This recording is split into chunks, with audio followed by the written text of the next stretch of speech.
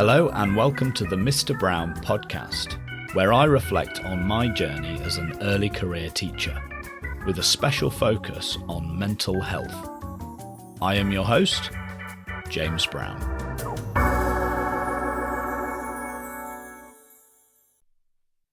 Salutations. I apologise for being a week behind schedule with the podcast. I had intended to record an episode this time last week, but last Saturday was the first day of half term, and right on schedule, I was ill. I was ill on Saturday and Sunday, and it dragged on into half term, and I only started to feel better on Thursday. Why does this happen? There has only been one holiday since becoming a teacher that I have not been ill, and that was the last summer holiday. I have discussed this in detail before on the podcast, but I do think it's something to do with coming to a sudden stop in terms of workload and stress. Prior to the summer holiday, we had had a week at school which was full of trips and activities and excursions and very little of the usual teacher stresses by way of teaching lessons, marking, administering detentions, whatever else it might be. So we'd had a bit of a wind down leading into the summer holiday, and I think that makes a difference. Whereas last week, on the day before half term, on a Friday, it's one of my busiest days, and I'd worked especially hard that day so that as soon as half term started, I wouldn't have any schoolwork left to think about, and then came to a sudden whiplash-inducing halt on the Friday evening in terms of, stress and adrenaline and workload. It was over, now it was half term, and I got ill. Maybe that has something to do with it. It's a working theory. I'm sure there'll be plenty more examples of this in my future to analyse, so I'll keep you posted. But that's why I'm a week behind schedule, because I was a bit poorly last week. Now, the first thing I'd like to discuss today are my Year 11s. In my Year 11 class, we've recently been joined by a girl who's come from a different set. Now, the last time I taught this girl was in Year 9, so a couple of years ago, and it was back when I was a trainee. And she was, and to a certain extent still is, a handful.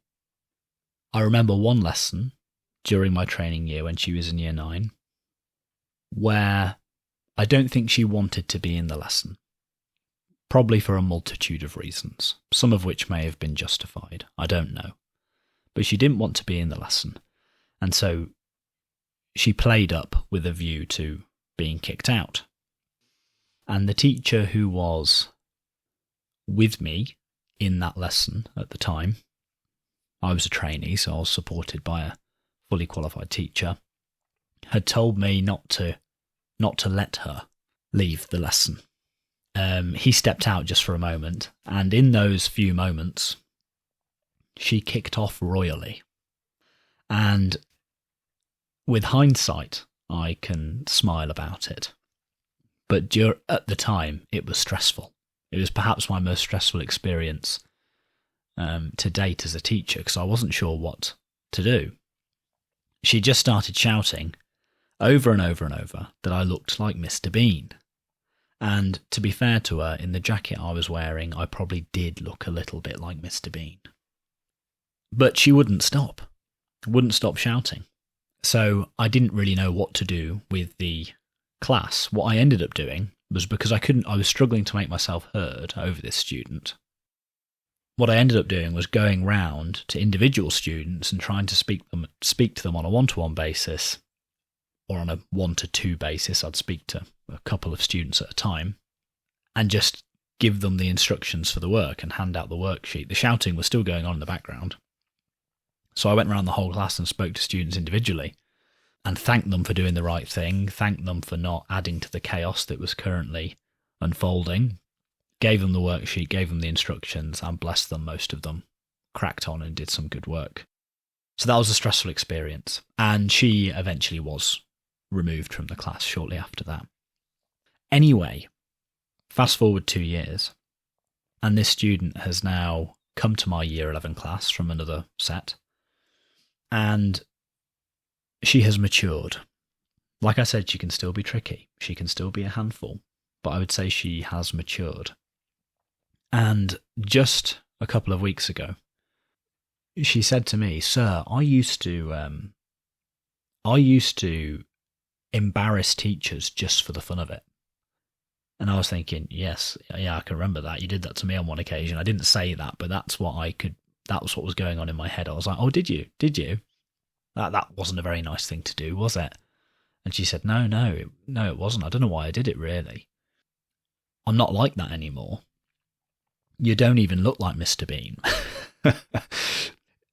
So I had in my mind that example from a couple of years ago, but I perhaps assumed that was one example among many and that she may have even forgotten, but she in fact was thinking about that too. And yet here she was a couple of years later, and I would say she didn't go as far as saying the words "I am sorry," but I would say she definitely expressed some contrition. She said that she didn't know why she used to do it, and she said that I didn't even look like Mr. Bean. And this really meant a lot to me, because in education, you don't always get a sense of closure after something like that happens. There's no concrete sense of resolution. And there hadn't been until now, 2 years later, and the student in question acknowledged what she did and kind of offered an implicit apology. And that meant so much. And it also means a lot to me as her teacher now, because I can see that she's on a journey. She can be tricky, but she is making progress. I kind of got a glimpse of her own character arc in a way, and I got a sense of resolution from that early stressful experience that I had a couple of years ago. So that was really lovely. And I'm happy to report that she's doing ever so well in my lessons, and I'm very happy to have her in my lessons. Now, still on the topic of my year 11s, I often face a bit of a dilemma with my year 11 class.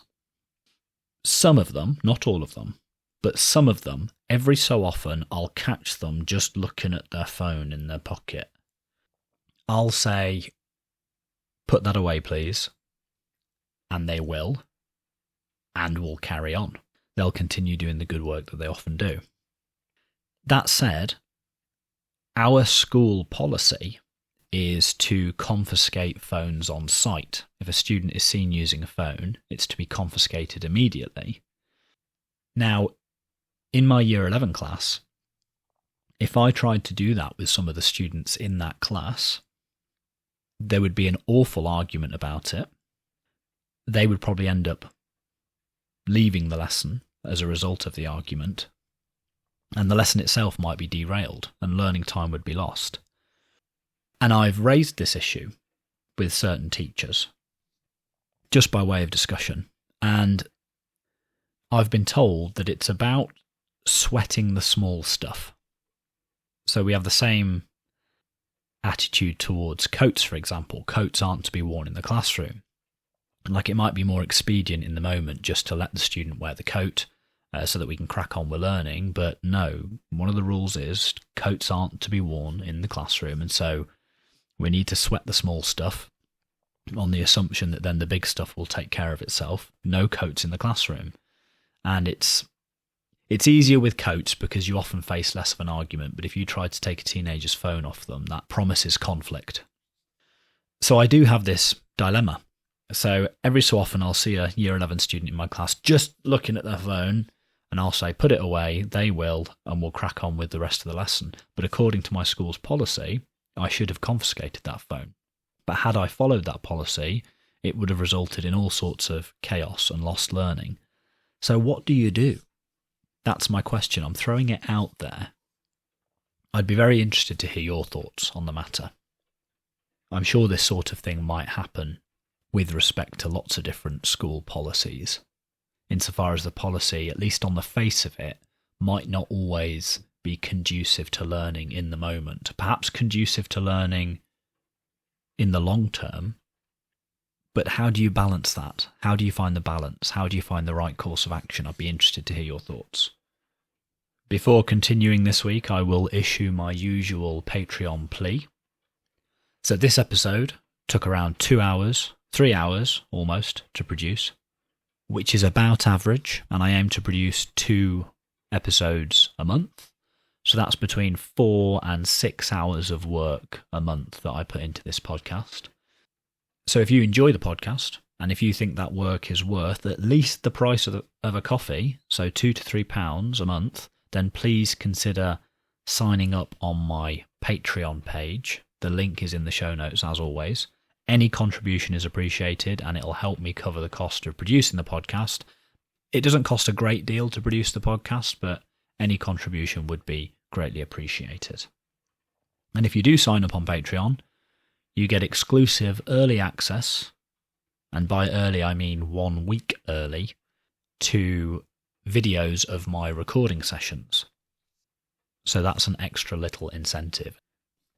Now, towards the end of each half term, we have a tutor team meeting where we discuss the RSHE materials for the following half term.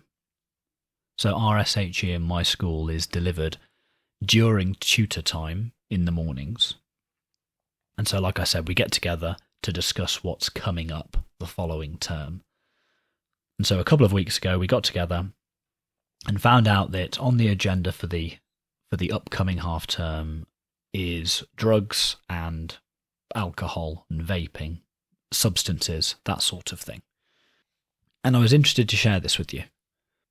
The consensus in this room of teachers, was strictly against the consumption of any of these substances, any drugs whatsoever, in no uncertain terms. To advise against them, they are bad, they are destructive. And that was the attitude with respect to all these different substances and drugs, up until the point that we got to alcohol. When we began speaking about alcohol, the attitude seemed to shift to one of everything in moderation, which I thought was interesting because, as far as I'm aware, the World Health Organization advises that consuming alcohol in any quantity is bad for us. While there may be some positive effects of drinking some alcohols in certain quantities, those positive effects are always outweighed by the negative effects. So there's no good reason, really, to drink alcohol. And yet, of course, it is ubiquitous in society. Lots of people do it, including some of the people in this room. They enjoy having a drink. But I felt that the fact that they enjoy having a drink seemed to be affecting how we were going to be teaching the lessons on alcohol next term. And I'm sure this happens with a whole host of different topics and lessons. It would be impossible to separate our own personal experiences from certain lessons. Yet here I thought it was a particularly dramatic example, and quite an important one as well, because alcohol can potentially have devastating effects. And so it was something I wanted to highlight, and again throw out there as another question. So I may enjoy a drink at the weekend, but just because I enjoy a drink at the weekend, should I advise students that they consume alcohol responsibly and moderately? Or should instead I look beyond my personal experience to the evidence and advise them against consuming alcohol in the same way that I would advise in no uncertain terms against consuming any other dangerous substances? What to do? Now, speaking of my tutor group, I was so very proud of them last week. A student in our class, a couple of months ago now, had been involved in a traffic collision, and he was injured quite badly, and he's been recovering in hospital, but indeed he has recovered, or at least he's making very good progress on the road to recovery, and he returned to school last week in a wheelchair for now. He'll be out of the wheelchair as soon as possible, but for the time being he's in a wheelchair. And this surprised me. I hadn't been expecting him. I knew he was coming back soon, but I hadn't realised it was on that day that he would be returning, and yet then all of a sudden he was sat in my classroom before tutor had officially started, so a few minutes before the bell went, sat there in his wheelchair, and we had a conversation. I welcomed him back, but I was a little worried about how the other students in the class were going to react, because obviously this boy is in a very vulnerable position, shown wonderful courage coming back to school, and he's doing so well. But on that first day back, in a wheelchair, I'd imagine he was feeling quite vulnerable. And because he'd showed up on this day unexpectedly, at least from my point of view, I hadn't had time to speak to any other students in my tutor group beforehand. So I was a little nervous. And yet, when they came in, they immediately gathered around him, were patting him on the shoulder, shaking his hand, welcoming him back, and doing all the things that you would want them to do. And they hadn't been asked by me. They did it instinctively. And I was so proud of them. They made a student who was feeling rather vulnerable, I'd imagine, feel welcome. And it was I'd put that up there as one of my highlights as a teacher. Seeing this good-natured, kind, empathetic side of my students on show when welcoming this student back to school. It was just so wonderful. And I'm so very proud of them. And I told them I was proud of them. Now, last thing to discuss this week. My Year 7s have recently discovered the fact that I produce a podcast. And this has caused considerable excitement amongst them. So much so that I've received a couple of emails from them. And I would like to share a couple of those emails with you. Here's one. Hello, Mr. Brown. Right now I am listening to another episode, 27, and it's really interesting to do this in my free time, and I'm really happy that you have created this podcast. Anyways, I'll see you tomorrow. Here's another. Well, if it isn't Mr. Brown. By the way, I found out the following day at school that this student hadn't actually meant to send me this email, but it's very good and very entertaining. So, well, if it isn't Mr. Brown. Firstly, I just want to say, ever since I found your podcast, I felt terrible how you were stressed and could hardly get any sleep. I almost cried, and I have some reasons why sleep is important. Hopefully you get motivated. During sleep, your body is working to support healthy brain function and maintain your physical health. In children and teens, sleep also helps support growth and development. Getting inadequate sleep over time can raise your risk for chronic, long-term health problems. But let's get to the important part, which is why I am the best. I like to think I'm smart at maths, 3 exclamation marks, as I have gotten 69% in both of our assessments. I also like football, and I like to think I'm good at it, as I've played football for 7 years, and I'm a LB and support Liverpool. And that's the end of that email. So another wonderful email. And this one, perhaps my favourite. Hi, I would just like to say your podcast is inspirational and motivating, and I was just listening to it now, and I felt like I was about to explode because my brain couldn't handle the topics, and it has got me thinking a lot. Amazing podcast, now I want to be a teacher. So 3 wonderful emails from my Year 7 students there about the podcast. And that last one got me thinking. In that email, the student said that they want to be a teacher. And it got me thinking about what's the highest accomplishment a teacher could possibly hope for. Is it to inspire their students to also want to be teachers? Maybe. I'll leave that one with you. And we'll speak again in a couple of weeks' time. If you enjoyed this episode, please spread the word in person and on social media. You can follow me on Twitter at Mr. BrownPod or email mrbrownpod@gmail.com. Please subscribe, rate and review in your directory of choice. Please also consider becoming a patron at patreon.com/Mr. BrownPod and helping me cover the cost of producing the podcast. Thank you and talk again soon.